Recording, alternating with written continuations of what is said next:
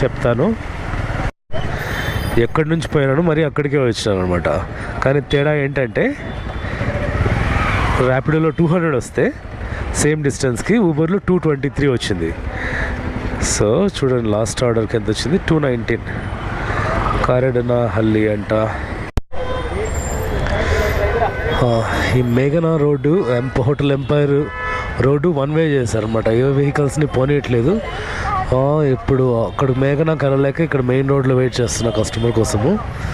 Time వచ్చేసి 12:40. So ఇంకా జనాలు ఫుల్ రద్దీ ఉందన్నమాట.